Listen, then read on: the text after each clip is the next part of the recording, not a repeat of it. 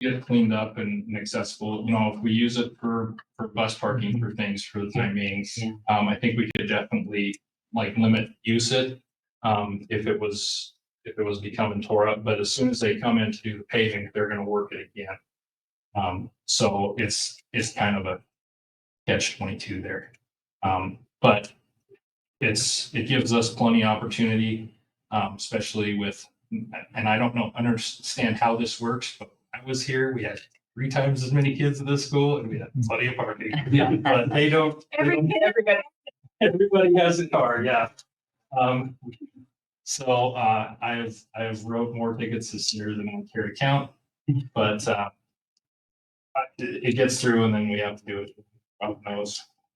They'll be good for a bit and then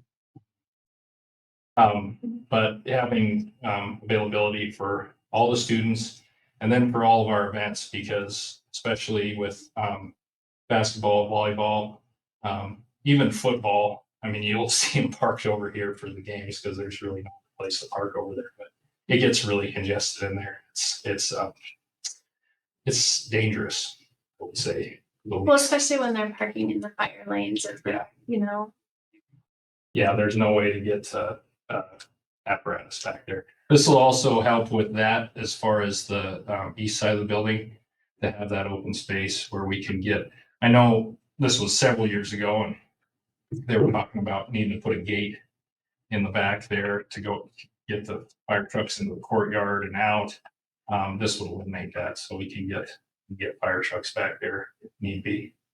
The fencing would also, I would like to keep that fenced off area, but it's something that if we have it and we can do it, to even pave that current courtyard area would be a nice, especially for the teachers and everybody that park back there. And Mike walks through and locks the gate, and it becomes a muddy mess back there. But that's down the road. But as long as we can get things started and moving in the right direction, I think I'd like to hope that since I've been here, I'm trying to get things going in a positive direction and making positive change. On number 2, this summer we had the boiler at the VW, or not this summer, sorry, this winter. Of course, it'd be cold. The VW main boiler went down. I had Rocky Mountain boiler come down. Clay had gone out of it, and then coincidentally, modulator motor went out in it, so it just shut off. We got the backup boiler running enough that we could get heat into the building, but Rocky Mountain boiler did say that it is in desperate need of either updating, which would probably be the cheapest option, or to remove it and get some of the smaller boilers, because it is all water over there, similar to the ones that are over in the BOAG, and then they could modulate between what's needed, which would be, of course, more efficient and more cost effective. And then that larger main boiler that we're using now could essentially be the backup. And he also pointed out with that one, if we ever need to like put new tubes in it or anything, since with the new expansion construction, there was a door that was right in front of that boiler that is now gone. So there's actually no way to like get tubes into that boiler. We would have to kind of pull it in the wall.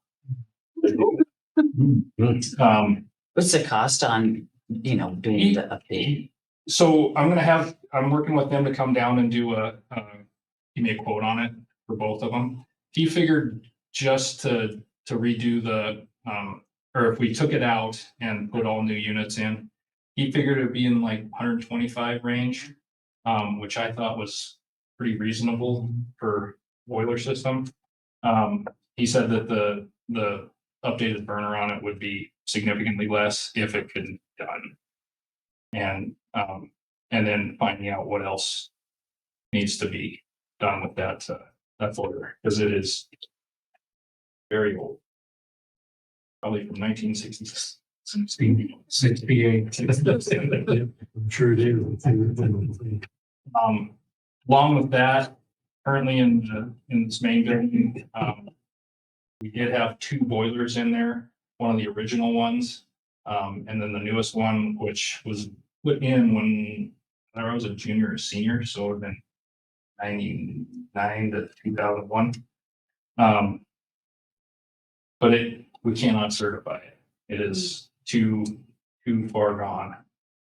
They won't, the state won't even recertify that one. So we're eventually gonna need to replace that, put something in, even a smaller unit that we can just use as a backup. They are very impressed with how good a shape that this boiler is considering its age. So that's kind of nice to hear. It's been well taken care of over the years.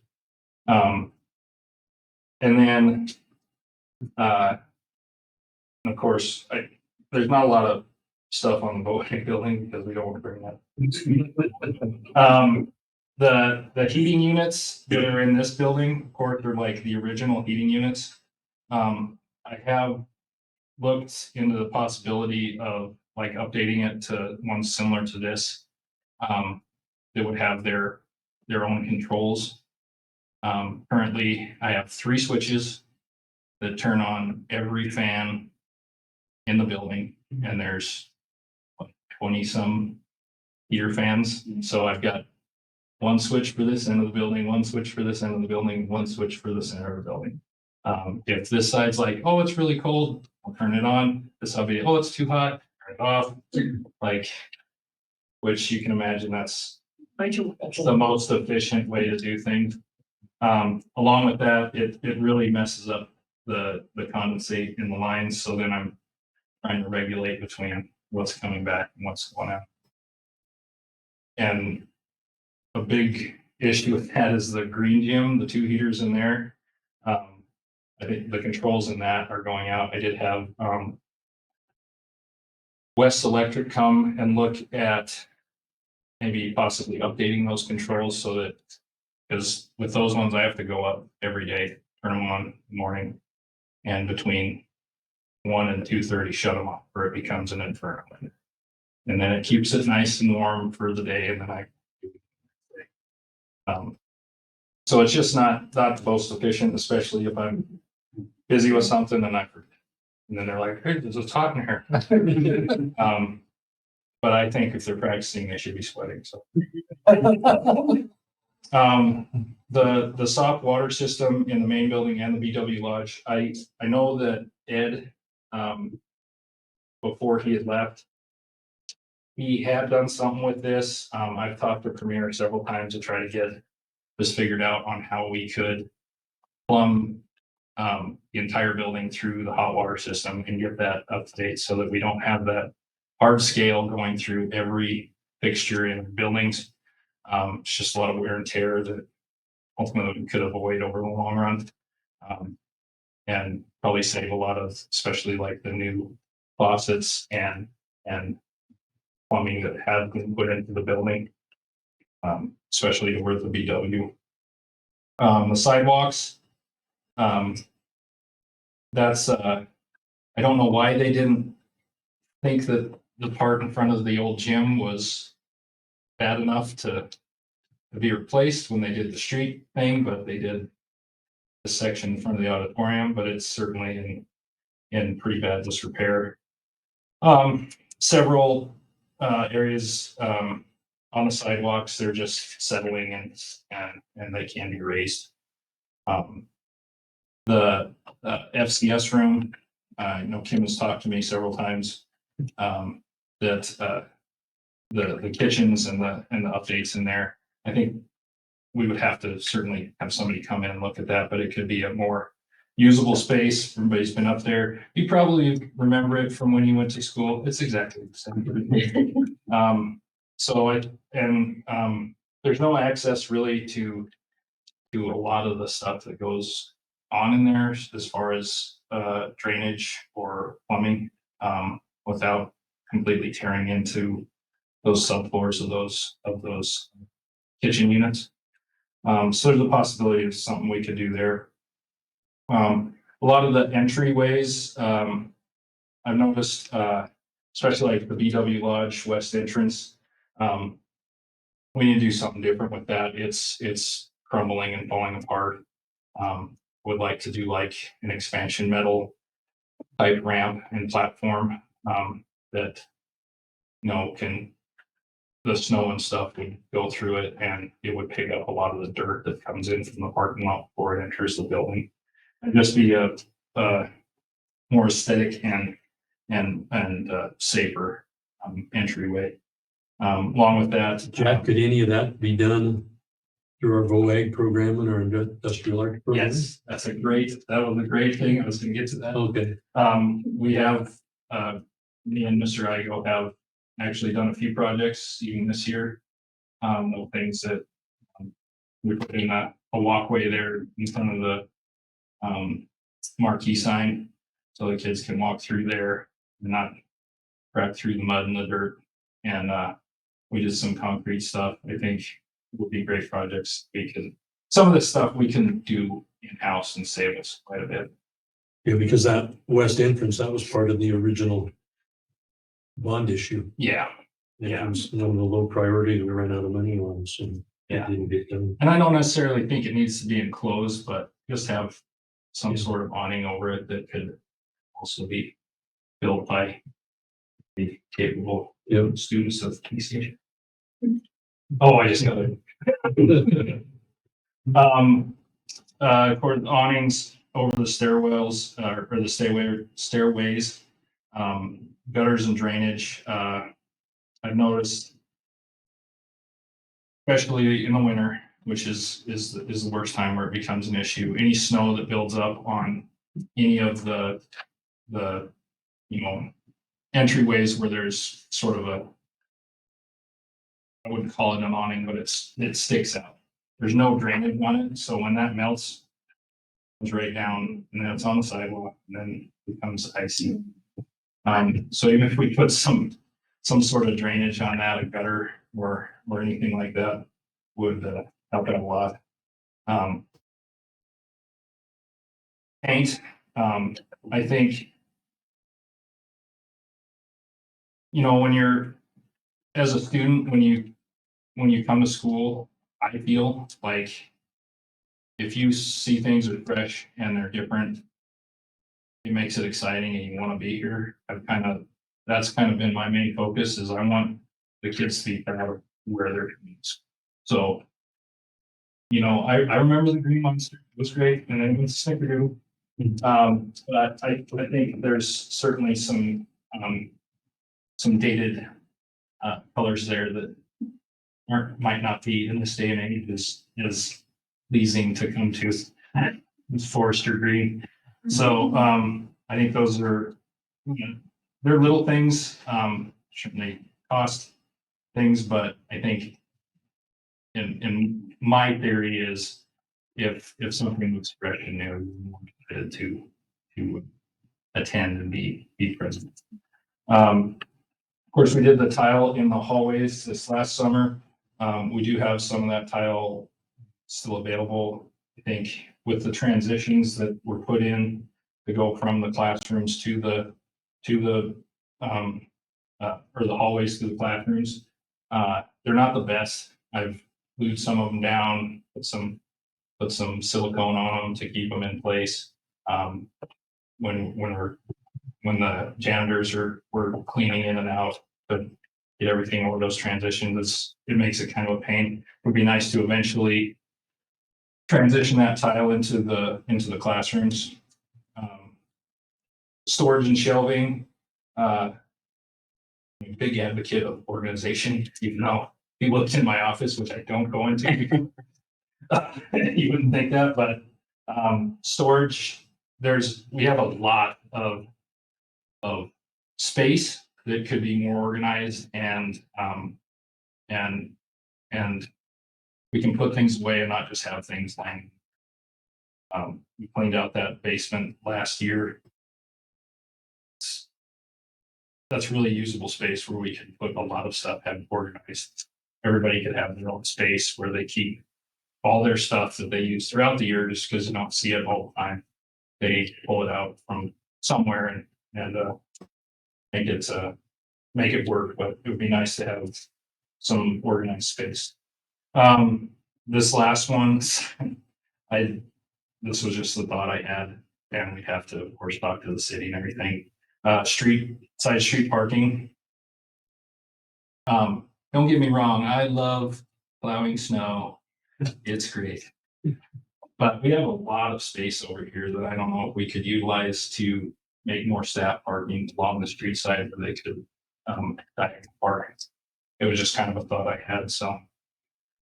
I think if you took out one of those sections of sidewalks, narrow the sidewalk up, there would be plenty of room for staff parking and handicap, like actual accessible handicap spaces for this building, not just where Chiefs hit verticals. So yeah, so that's kind of was my thoughts. There's certainly more things that can be done. There's always things that can be done. I like to just pick a project and get after it.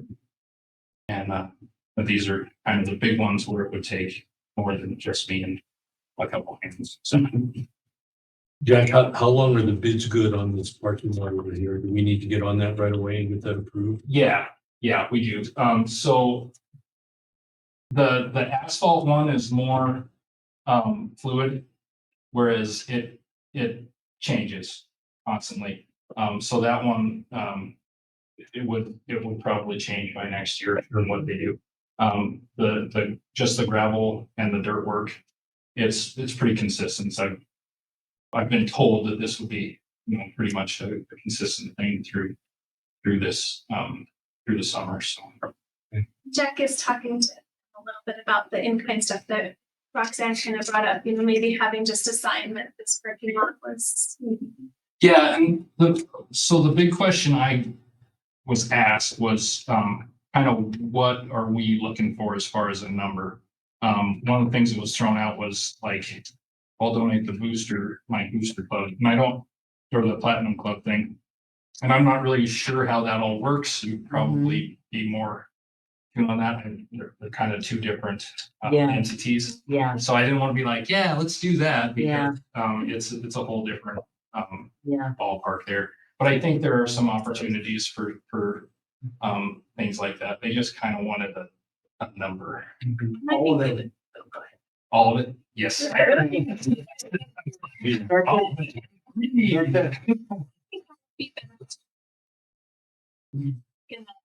Mhm. Realms. Just real quick, know how to phrase what to ask for, if that makes sense, or what that might look like. Because I can envision a sign that would be. Especially for parking for events and stuff like that. We're bringing a lot of people that are coming into that. So it could be very high profile where it's being seen. Just not being in that realm, knowing exactly how to propose it, if that makes sense. Yeah, I wouldn't trade it for booster club memberships. Yeah. I can do that. Yeah. Well, and then Mhm. when I figured out what's in, I'm like, that'd be like a 10-year commitment. Yeah, So yeah, that was I think that was kind of off the table. But when they mentioned that we could do it in sections, like that seems like Mhm. the better way to Yeah. approach this. Mhm. Also, we talked about a little bit, just throwing some ideas around, is having, students, we have a lot of space and, we have it redone every 3 years. Students buy parking spaces. That's their space for the year. Right. I know a few schools that do it. Yeah. Yeah. So if you do like $100 a space and it's yours and you can go out and put your name on it and paint it. I've seen it in Columbia Falls, East Helena, where they've done that. And really, if we did that, that could almost pay for the resurfacing every 3 years. We could get a few $1,000s. It certainly take a chunk out of that where, we got to do it anyways. And it's just a way that we can fundraise for that, I guess. The only challenge is then you got a ticket for it if somebody's parked in there, so you got a little bit more work that way. Would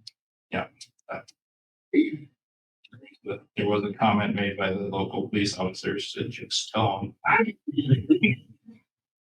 Yeah. It's like, thanks for that. But yeah, any questions or? I think I did say 3 to 5. No, I'm just kidding. 3 to 5 years, yeah. No, 3 to 5 projects.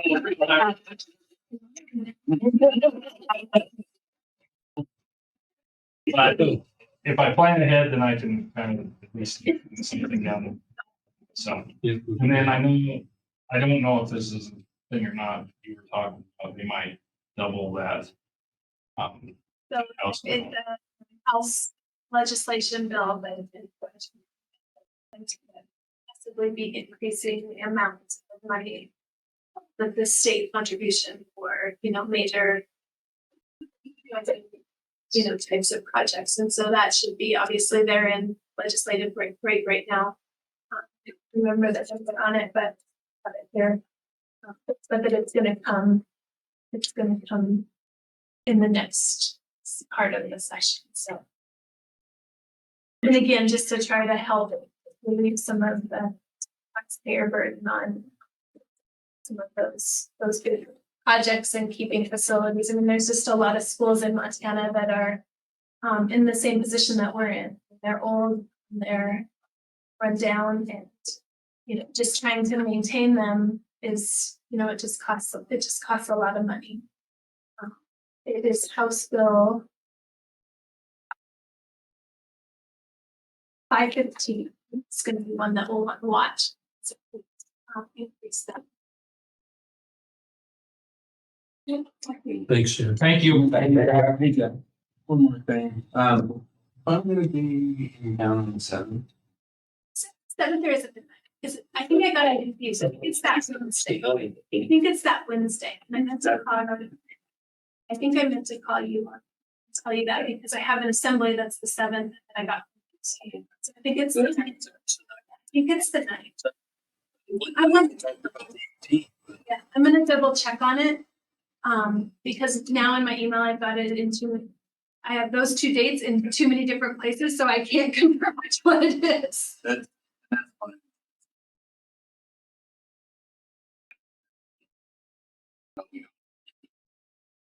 I'm really getting problem with feedback. I can see what you're working with. Oh, okay. I might be able to offer some of that. As far as the you need. Yeah, I even have some ideas on that. Had some kind of creative things that did come. Okay. So, but if maybe on the 9th or the 18th or the 7th or the Whatever it is. I think a lot of as far as the units in here, steam perhaps these smaller units. Yeah. It's just finding which ones are. The Lake Dean and the Green Gym. I don't know why the auditorium works just fine. So, we could look at. so. All right, Thank you. thank you. Thanks. Thanks. The extra favor. Yeah.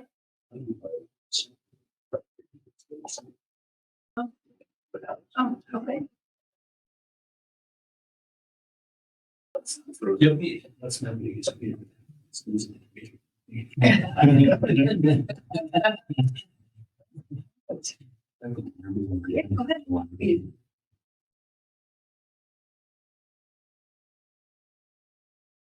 Yeah, it didn't work. You didn't know, but that's the beginning.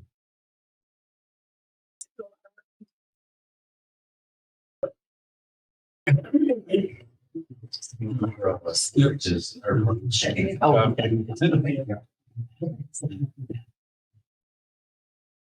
All right, so this one wise, it seems like it's the same thing. Pretty similar. Parties are a big thing.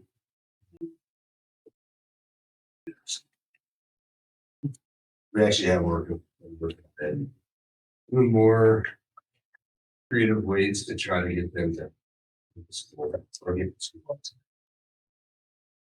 Taking their lunch with it or care for them. Well, school. Very late.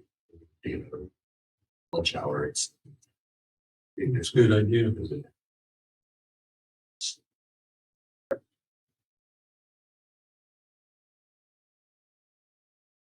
February was up a little bit, had a few incidents on the second, actually first page.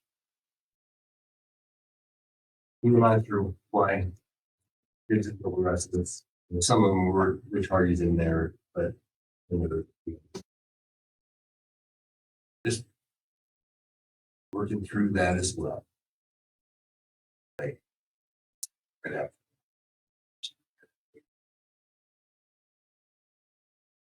Doing well.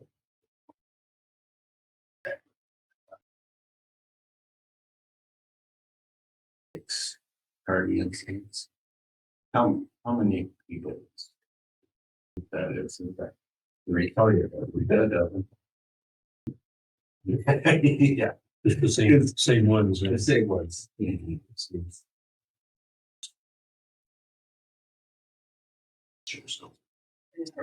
Aggressive discipline thing. It is, yeah, because actually, if you get,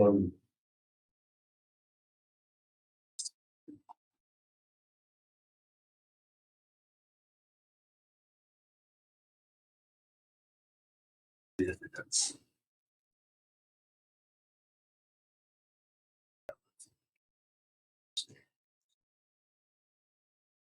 Yeah.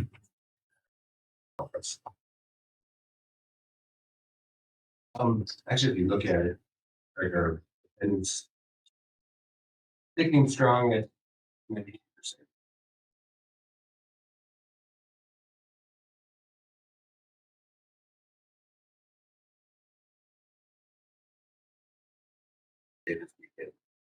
Maybe that might be a.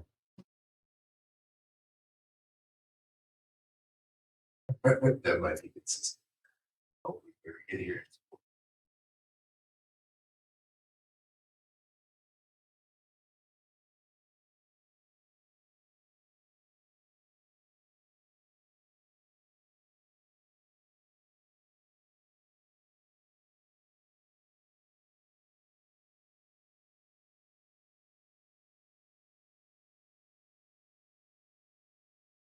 I'll go on to 6.2, 25-26 preliminary budget information. So included in your packet is a copy of the preliminary budgets that were sent out by OPI on March 1st. Unfortunately, the budgets at this point are not very telling. In these budgets, it looks like we're only going to see about a $4,000 increase over last year's budget. And it's also showing that we no longer are at the max budget, that we actually could go to the voters and ask for about $5,000. Those of you that have been on the board will recall that normally our preliminary budgets that turn into our actual budgets, we have about a 2.5% to 3% inflationary increase. And that isn't reflective in this budget. And so when I first got it, I was panicked and calling anybody that would take my call, and nobody would take my call. So finally, I called Lance Melton and had a really good conversation with him. You know, his initial response was, you know, Megan, your A and B's down 2. And I'm like, you know, it looks like it's down 2. It's actually only down 1.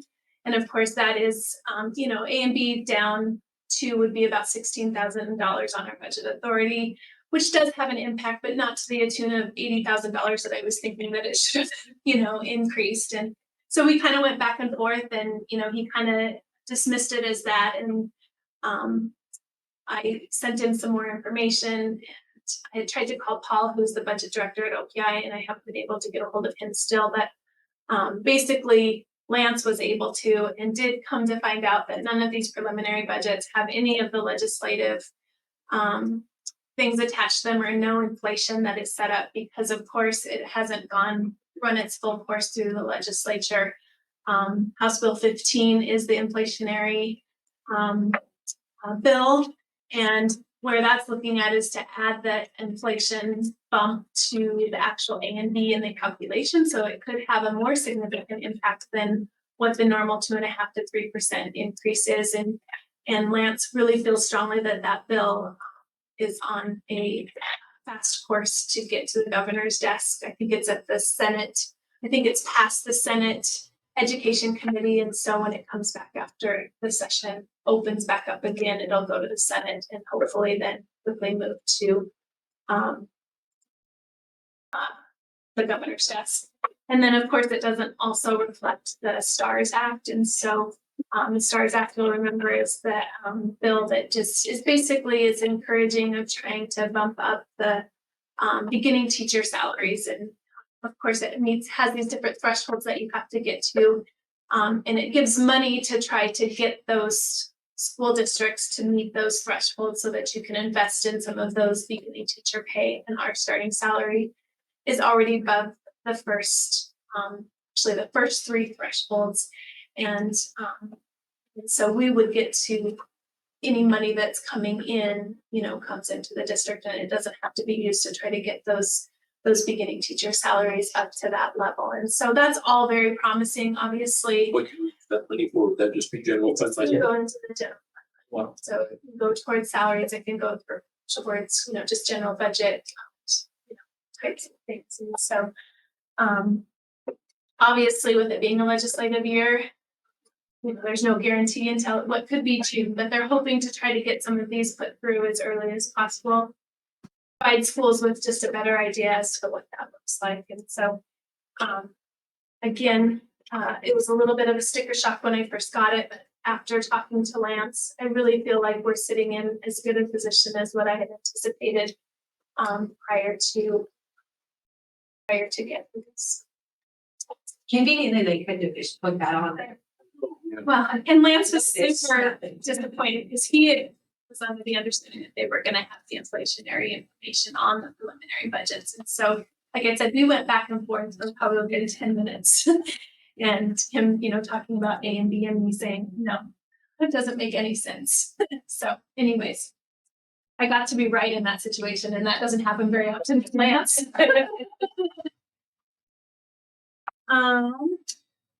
6.3 official spring A and B count. So also included in your packet is our certified copy of the spring A and B calculation. You'll see that our enrollments were down from the fall. So on that sheet, if you look, our fall numbers were at 341, and at the count date, they were at 329. So we lost, 12 students. Do my math, it's too late. But anyways, just for a variety of different reasons, we had students, transition out of district, going to different schools, some going to home schools. Some we lost at dropout because that's just a time in the year where you do at the semester point. And so anyways, our numbers were down a little bit. You'll also notice on there that we do have 2 part-time students for both the fall and the spring, one that's for 180 to 359 hours, the other's for 360 to 539. And of course, we get a different piece of the A and B for however much time that they're spent here. And then we also get Montana Youth. We had 2 Montana Youth Challenge students in the fall. We don't have any in the winter. And we do have 1 education savings account. And again, that's a student that it's a homeschool student that we are actually paying tuition for that was on an IEP. And that was a new legislative action. So I think we pay $800 a month until the end of the school year to that savings account for that. And then down below where it says students counted for A and B extracurricular participation, those are homeschool activities, and that's from the previous year. So this was last year's. So this is the February. I don't know if you guys are interested, I'll pass it around and you can kind of take a look at it, but this is kind of how they calculate the average A and B. So it just kind of shows, basically, if you have a student that's full-time, you get the full FTE. If they go down to then 180 hours, you don't get any. If it goes down to 180 to 359, it just kind of shows how it decreases. We had 341 students, but one of them was 180 to 359. So that's actually only 340.25 students because they're not a full-time student. So you can just kind of see where it kind of goes down to get to those numbers. You can see on Montana Youth Challenge, I believe we get 50% for those students. in the calculation. Here. Yeah. So basically we get 50%. So like instead of a full FTE, it's a 0.5%. So it just kind of shows how that calculation and how we get to where we're at. You'll see that the current year's A and B is 347, but if we went with the 3-year average, and that's the last two numbers down at the bottom, that we're at 300 and that we would be at 348. And last year we had 349 students. It's interesting to look at. And that it really does matter, you know, on those count dates to try to have as many students as you can, because it makes an impact. And one student does make an impact. Because like I said, it is $8,000, about $8,000 on budget authority for that one student, but it's not to the tune that we were missing in the budget. So any questions on them? Staff resignation. So included in your packet is a copy of 2 letters of retirement from Betty Iverson in Title I and Rick Norderall in math, and my letters of acceptance. These 2 individuals have made a very significant impact on the economy. For so many reasons and in so many ways, they will be very difficult to replace. They have 75 years of service between the 2 of them. Betty has 40 years working as an academic support in Title I. And then Rick just taught for 35 years in math. And so I just kind of wanted to talk quickly about just kind of replacement. So Title I obviously is a federal program that comes from the Department of Education. And so obviously right now the Department of Education is there's a little bit of uncertainty surrounding that. And so, you know, there's some different questions, you know, about what the future of that looks like. So some of the things that I have read have suggested that the goal is to reduce the title dollars, which would adversely impact the education of some of these vulnerable students and have a negative impact, in my opinion, on their academic outcomes. And then other things that I'm reading is that they're just going to shift, you know, some of that, or shift it from the federal to the state. And of course, in that transition, there's probably going to be some, you know, some bumps in the road, and what do some of those delays might look like. And of course, it's not just our title money, it's also our IDEA special education money as well. And so, you know, I think it's going to be important to look at that. Obviously, I feel like Betty's position is important to replace, but we do use those title funds to pay that salary and those benefits. And so if for some reason that wasn't a part of the, it wasn't available for us to do that, it would have to come from someplace else. And so, you know, obviously the general fund, and, you know, I do believe that something's going to work out, but it's just uncertain. And so it's a little bit difficult to kind of make decisions with some of those things that are kind of looming. And then of course, with Rick's retirement, I am proposing that we go to 3 FTE. We're currently at 2.43. And right now we can offer 15 sections of math a semester. And by going to 3 FTE, we could offer 18 sections a semester. It would be an increase of somewhere between $2,500 and $15,000, depending on experience. And so depending on experience in years. So of course, if we get a new teacher, if they have taught for 5 years, they can bring 5 years into the district, and that looks very different on the salary schedule than if they came in with 0 years of experience. So if they were right out of college and they didn't have any teaching experience. And then also with that comes what their education is. So if they come with just a bachelor's with 0, you know, that's just, you know, that's at the very top of the, you know, beginning pay salary. Whereas if they're a master's plus 30 and we have to give them 5 years, then that puts them all the way over here. So, you know, it could be about an increase. And that's, of course, on this year's budget of about $250,000 to $15,000. Free math teachers would allow us to ensure our class sizes are more conducive to increasing academic outcomes. I'm sure you've seen all of the statistics that are out there. Students are coming in and struggling more and more in math. And so having smaller classrooms for our algebra and our geometry classes just obviously really help. Right now we're teaching pre-algebra, algebra, geometry, algebra 2, pre-calculus, and calculus. more options would hopefully allow for offering of dual enrollment or AP math classes. I do have one teacher that's interested in getting AP statistics, which I think would be a great option. We have had some of our students take that through Montana Digital Academy. And then maybe something like a technical math, which could also be offered as a dual enrollment. And so like some of our students that are, doing more of the trade school, pathway, they could maybe get some of that math out of the way that way as well. And obviously with that comes curriculum and, some of those different types of things, but I really do believe that an investment in that would be a positive message, if that makes sense. So, Or to get an advanced math teacher, we'll probably have to get somebody with experience, I would think. and right now, obviously our two advanced classes that we offer are calculus and pre-calculus. And what we're finding is our students, once they're getting through that general requirement or even that college prep math, which is algebra 2, if they're not going into engineering or they're not going into the medical field, they don't want to take calculus or pre-calculus. And so having another option would mean that more of our students are taking a third year of math or possibly a fourth year of math, depending on where they started. And so honestly, we could have kids that are graduating from high school and haven't had a math class their junior or senior year if they aren't wanting to take that pre-calculus.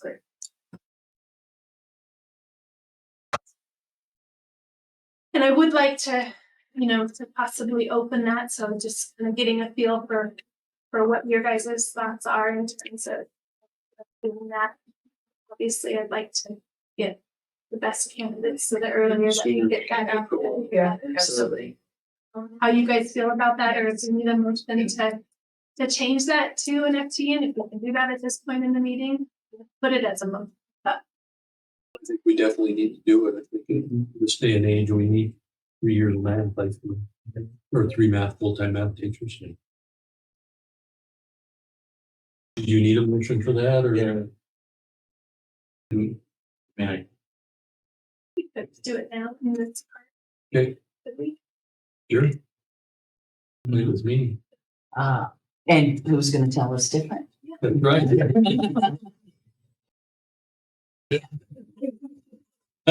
Good point.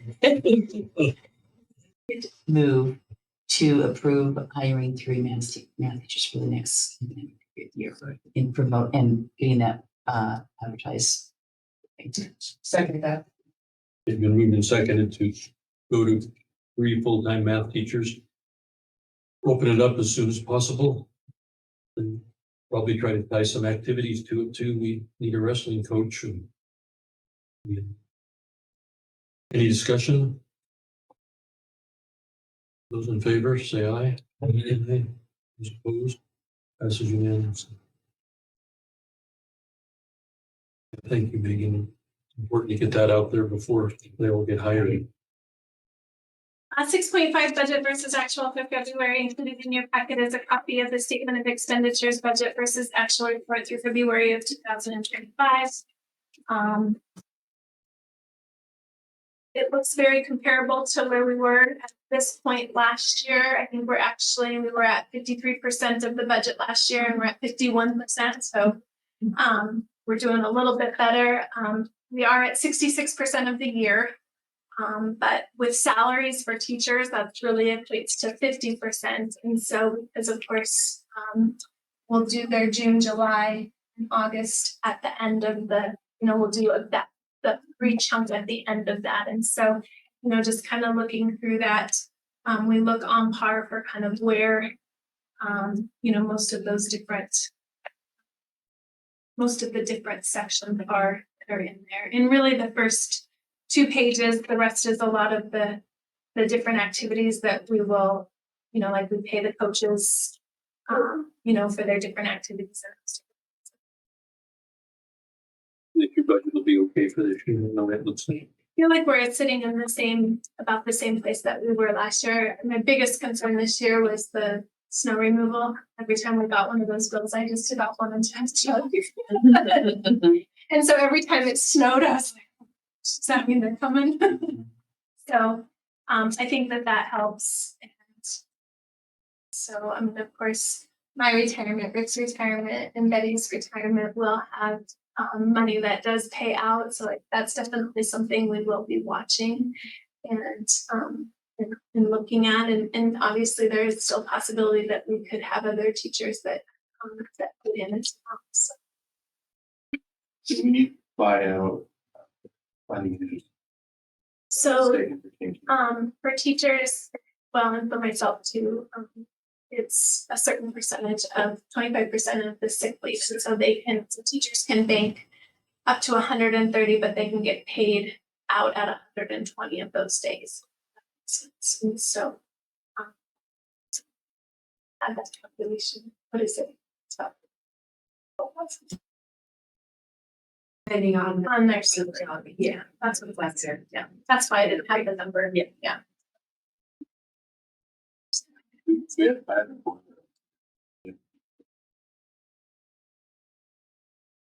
Don't you? Yeah, and so, and that always comes at a tough time, right at the end, trying to figure everything out. And so we have been watching that and just trying to kind of pay attention to that. So, I was going early. I thought Rick was gonna go, but And is there a potential that there still might be one that goes? possibly.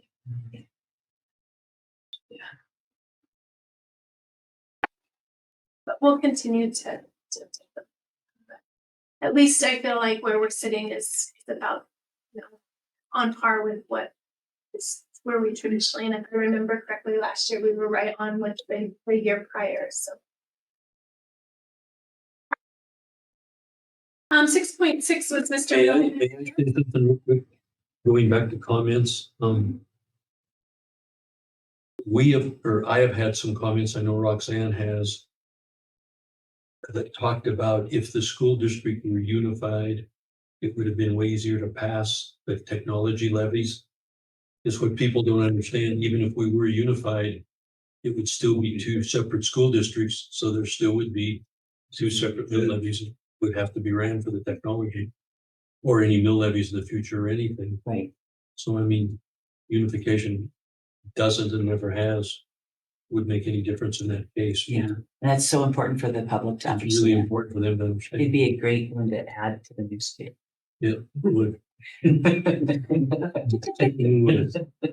If somebody were responding to.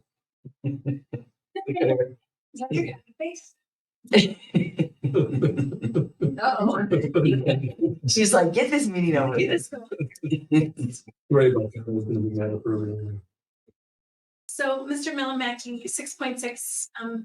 Milamaki did apologize. His wife was sick today, so he had to go after the spring activity, so he couldn't be here tonight. But spring activities did start today, so he checked in baseball, softball, track, and tennis. He said everything looked pretty good in terms of numbers, and he would have all of that at the next meeting. Obviously, we just came off a pretty fun, successful weekend with our basketball teams.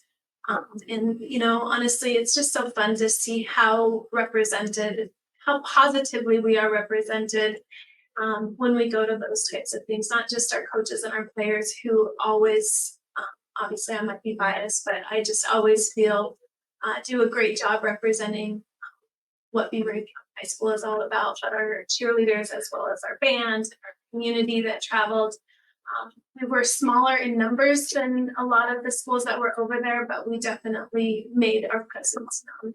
It's just really One of their parents, he got kicked out. Girls game, did we? so what that means, we don't know for. I wondered about that. He gets to go for mine. He doesn't get to go Because was that implemented immediately for this year? school year, but I think when you get kicked out of an MHSA event, it holds for the next. I'm not hot about that. It's too bad. Yeah, no, He's a good guy. Yeah. He just was just. he needs to close. Yeah.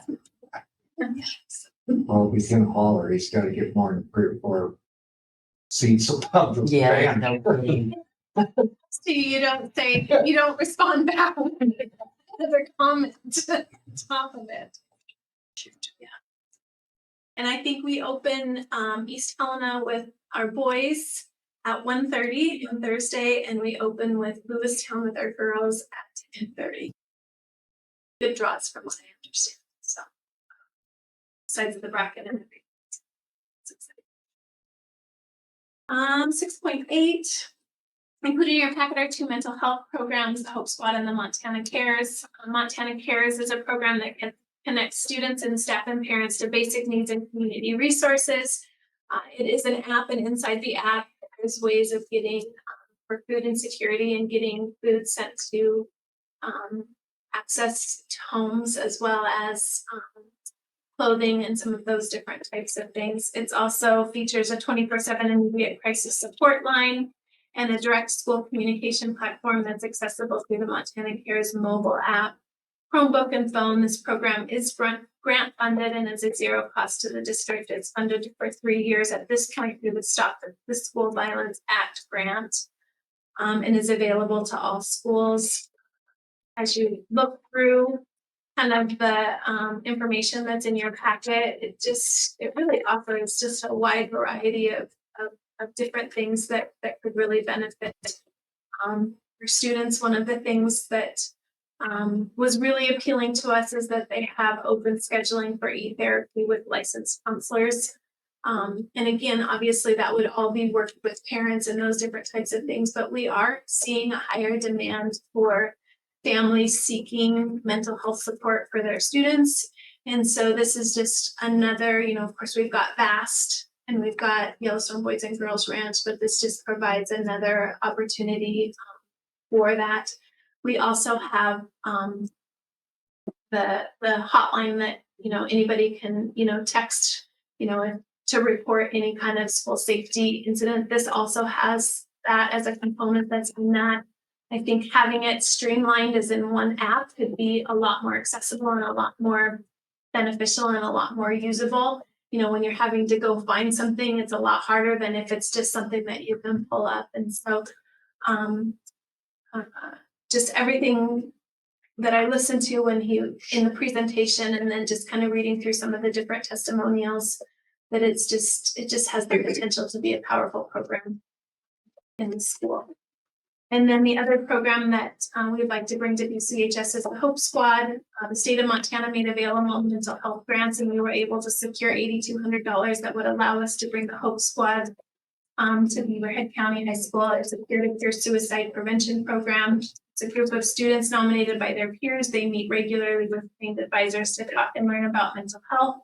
And they kind of become like the first responders, or like a place where, like, if students are reporting different things, that it's easy to get that information to the adults that need to know.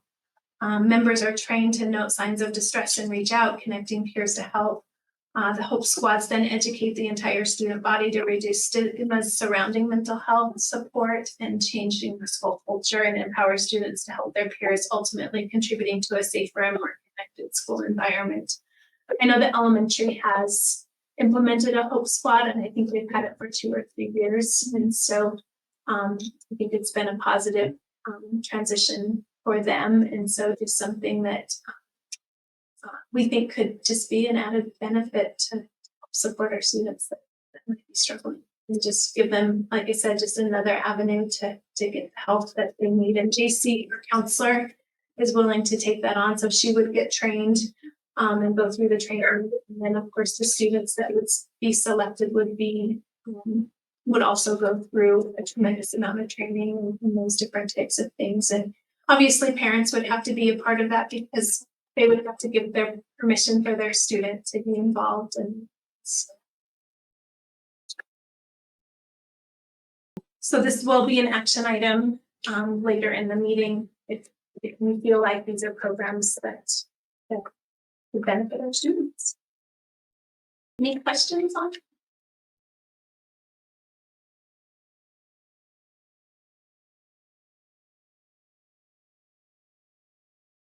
NRC grant, formal stop work order. So included in your packet is a letter from the Montana DNRC detailing a formal stop order.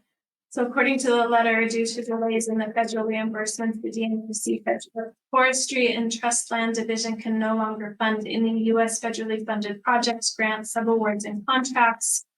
The grant that we have was our landscaping grant. We had 2 years to complete that.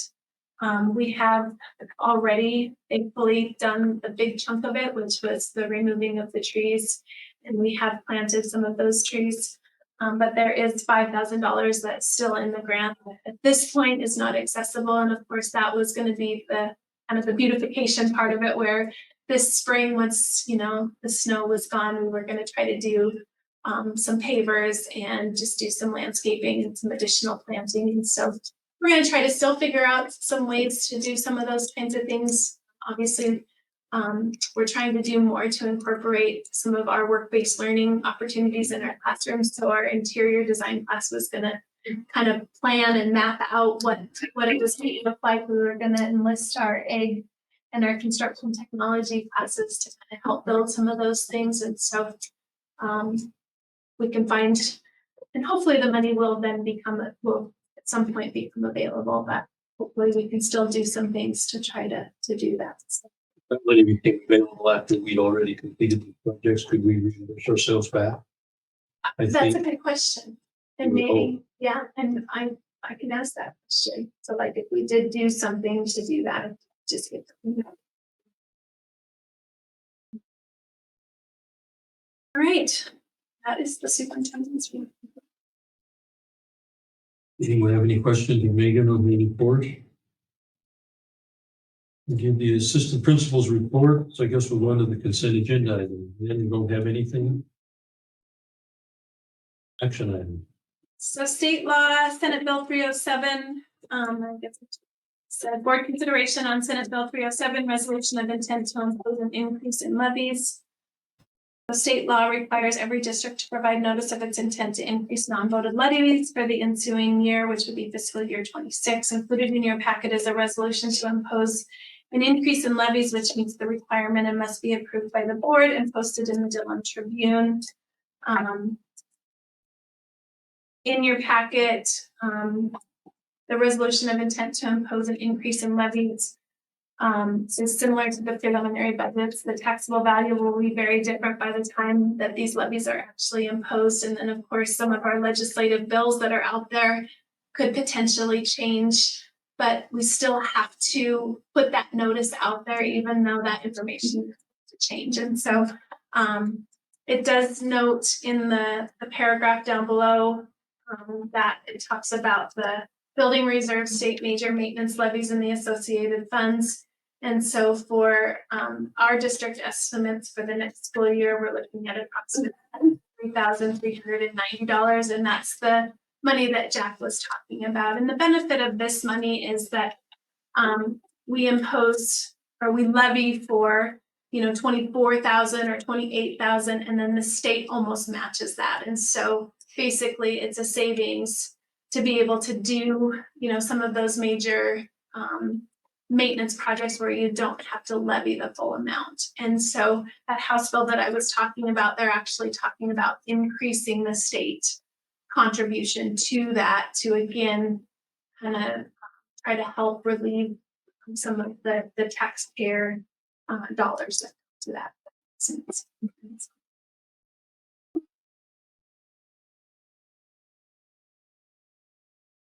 It's to approve the resolution of intent to increase levies, and then Susan can get that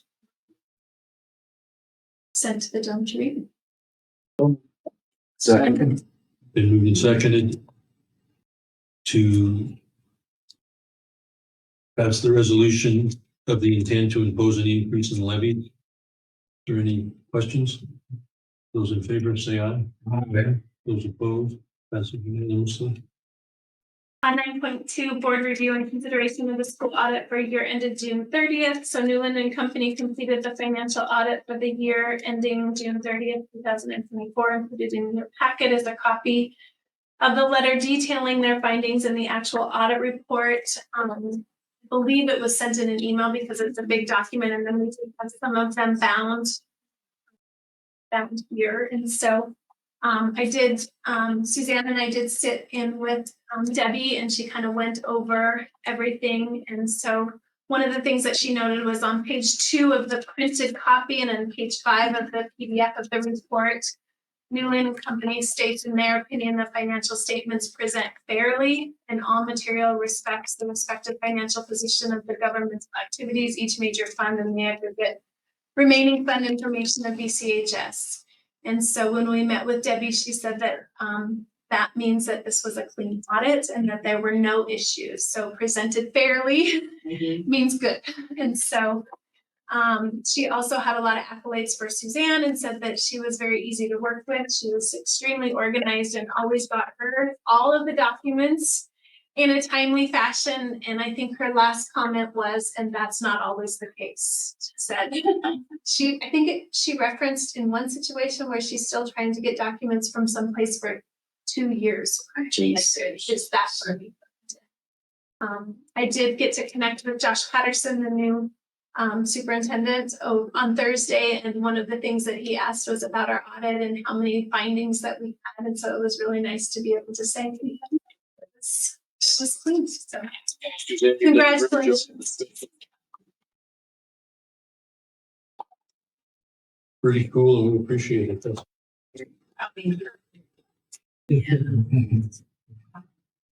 It's trained you well.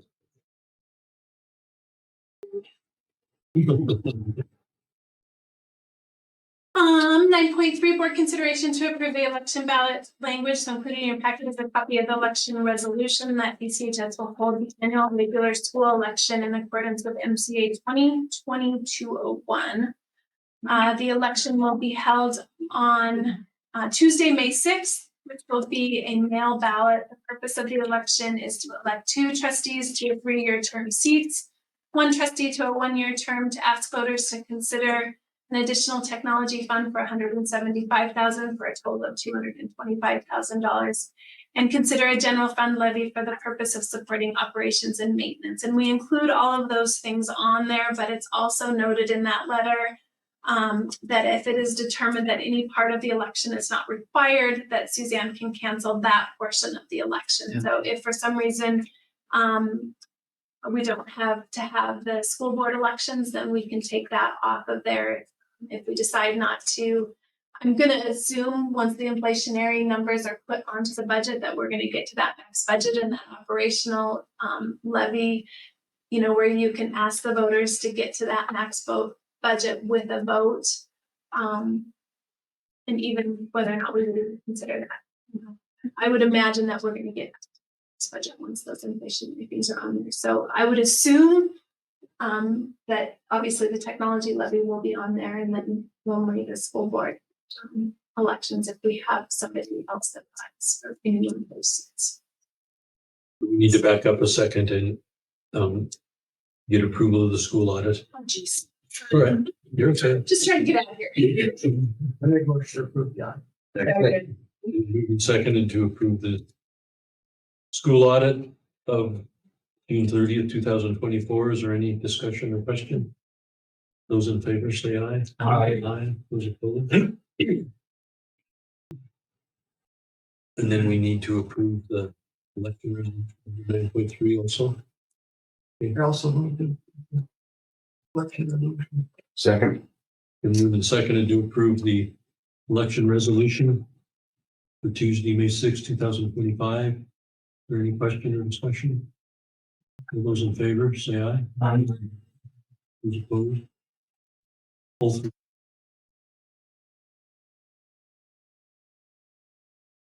I'm trying to find a notary, so sorry. Get it done, I promise. What is the deadline? Does anyone else apply? Can you say? And I haven't heard from anyone. 9.4 board consideration to approve the second and final reading of board policy 2101 school calendar and day changes to the student schedule. So included in your packet was the recommended update to board policy 2101, which shortens the amount of time students have to change classes at the beginning of the semester from 10 to 5 days. And it would be my recommendation that you approve the second and final reading of this policy so that it can be adopted.